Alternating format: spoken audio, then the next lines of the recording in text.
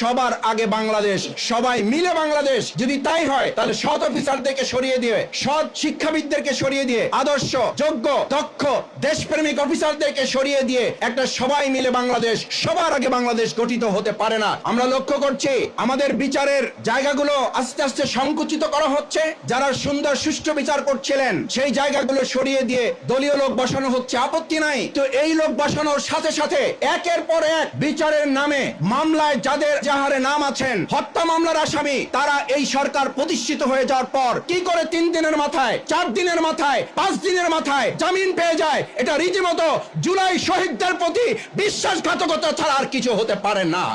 কেউ কেউ আমাদেরকে বলেন মাসুদ ভাই চকলেটের যেমন দোকান খোলে, ফুচকার যেমন দোকান খোলে, বিগত দিনের ফ্যাসিস্ট আওয়ামী লোকেরা বর্তমান একটা সরকার প্রতিষ্ঠিত হওয়ার পর এরকম কিছু কিছু খুচরা দোকানও খোলা শুরু হয়েছে। আমরা একটা কথা স্পষ্ট বলতে চাই, যদি বর্তমান সরকার জুলাই শহীদদের প্রতি সম্মান থাকে, জুলাই আগস্টের চেতনাকে তারা লালন করেন, জুলাই চেতনাকে তারা ধারণ করে দেশ পরিচালনা করেন, তাহলে অবশ্যই এসব বিষয়ে সরকারকে জিরো টলারেন্স ভূমিকা পালন করতে